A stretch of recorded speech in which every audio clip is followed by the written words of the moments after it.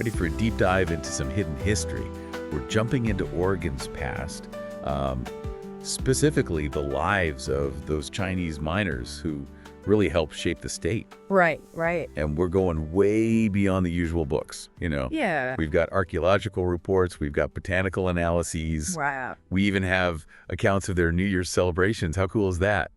It's amazing, when you can bring all these different pieces together, those historical accounts, the archaeology, it creates this really vibrant picture of their lives. It makes it real. Yeah, instead of just names and dates, it's like we get to meet these people, Exactly. understand their experiences. And we know many Chinese immigrants came to the U.S. during the gold rush, everyone looking for their fortune.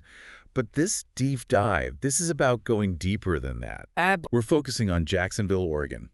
Okay. And let me tell you, the details are just incredible. Well, it's important to remember that the gold rush wasn't just an American story. Right. This was a global event, people coming from all over the world, and the Chinese community, they played such a vital role in shaping the American West.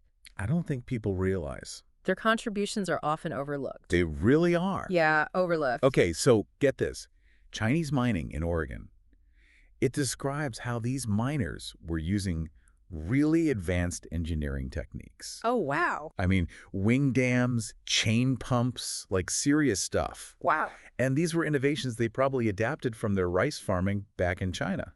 That's a perfect example of their adaptability. Isn't it? They brought centuries of knowledge with them, their skills from China to the gold fields of Oregon. They didn't just find gold, they transformed the landscape with their ingenuity. It really makes you realize we underestimate the contributions of immigrant communities all the time. Like when I picture them diverting entire rivers with these hand-built dams, that's next-level engineering. Absolutely. Which leads us to Jacksonville. Jacksonville's Chinese Quarter, it's a powerful lens to view their resilience through.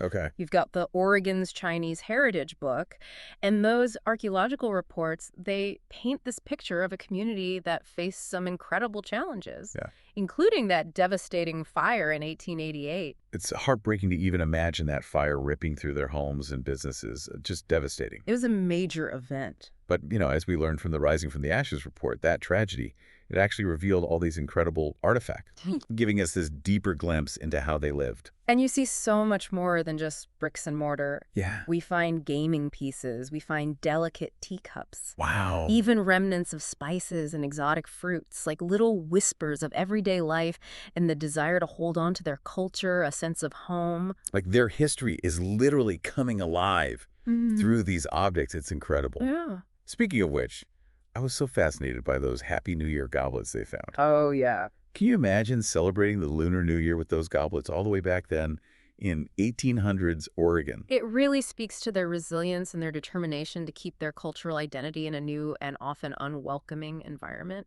Absolutely. They weren't just nameless faces. They were individuals with rich traditions, this deep connection to their heritage. Yeah, absolutely. And it wasn't just celebrations and traditions.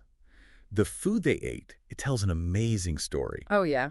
I was blown away by the range of things they could put on their tables. Right. From local berries to imported Chinese olives, which were a delicacy back then. Oh, wow. I didn't know that. Yeah. See, analyzing those food remains, it breaks down assumptions. It does. Gives us this deeper understanding. It wasn't just about eating what they could find. It was about blending their culture with what they had available, real adaptability. Like piecing together a puzzle, and those food remains help us see the bigger picture. Exactly. But there's this one detail from the Malheur National Forest report. It really threw me off. Okay. They found all these tools at the Onhang mining camp, and these tools showed signs of what archaeologists called extreme tool abuse. Cool abuse. I know, right? At first I was like, what?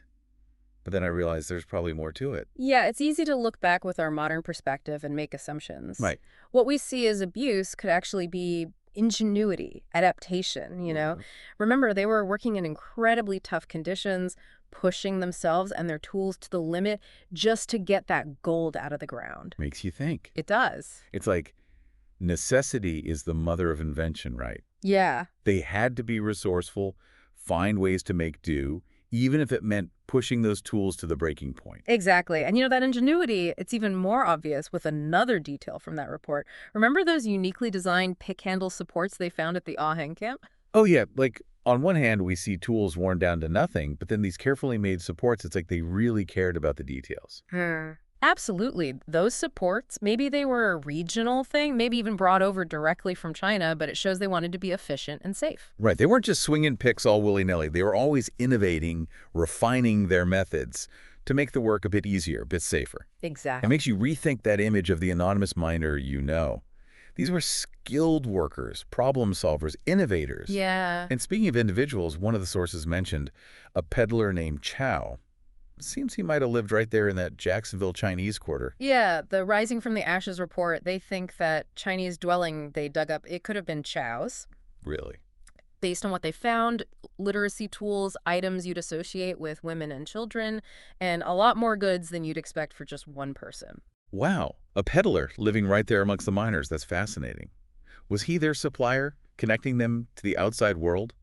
I can picture him walking through the camp with all his goods, maybe sharing news and stories from town. It just goes to show how interconnected these communities were. They weren't isolated. They were part of this larger social web, relying on each other, part of the world beyond those mines.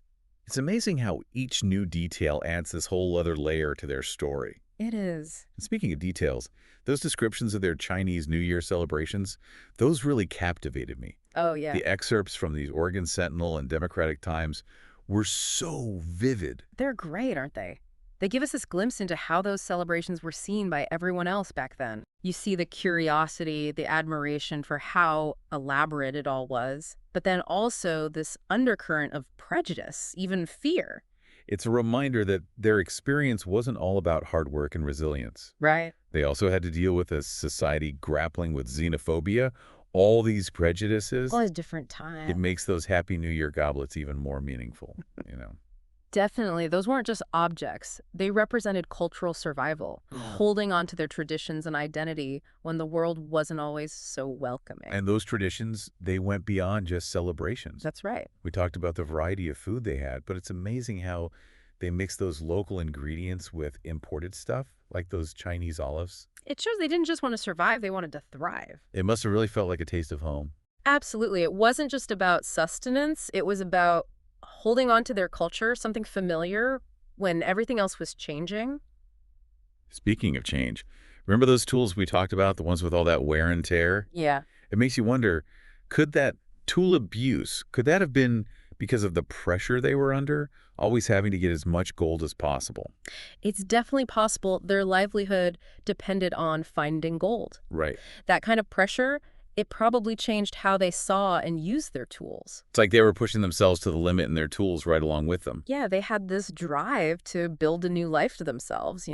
Let's inspire. It is. And, it reminds us that their experiences weren't always easy or simple. They dealt with prejudice, discrimination, this immense pressure to make something of themselves, but they still persevered.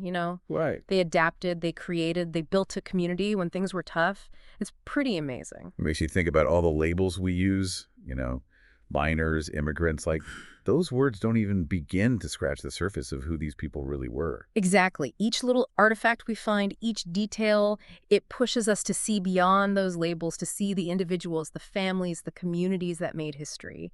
So we've covered a lot, their engineering, those traditions, their resilience, but what does it all mean? Why should this deep dive into Oregon's Chinese mining past matter to someone listening right now, today? Because it's bigger than just Oregon, you know what I mean? It's about the immigrant experience, the challenges of holding onto your culture, the power of community. These are things that still matter, things that shape our world. It's true. It reminds us that history isn't just something in the past. It's about understanding how we got to where we are, how we treat each other. Right. And when we learn about the lives of these Chinese miners, we understand them better, but we also understand ourselves a little better. I like that. We see pieces of our own struggles, our own victories, that human connection that we all share. Like their story, it's a reflection not just of their history, but of our own. Exactly. And it's a story of resilience, like we said, ingenuity, a deep connection to heritage. They left their mark on Oregon, on its land, its history, and on our understanding of the past, challenging us to build a better, more inclusive future. And on that note, thanks for joining us for this incredible deep dive. We'll see you next time.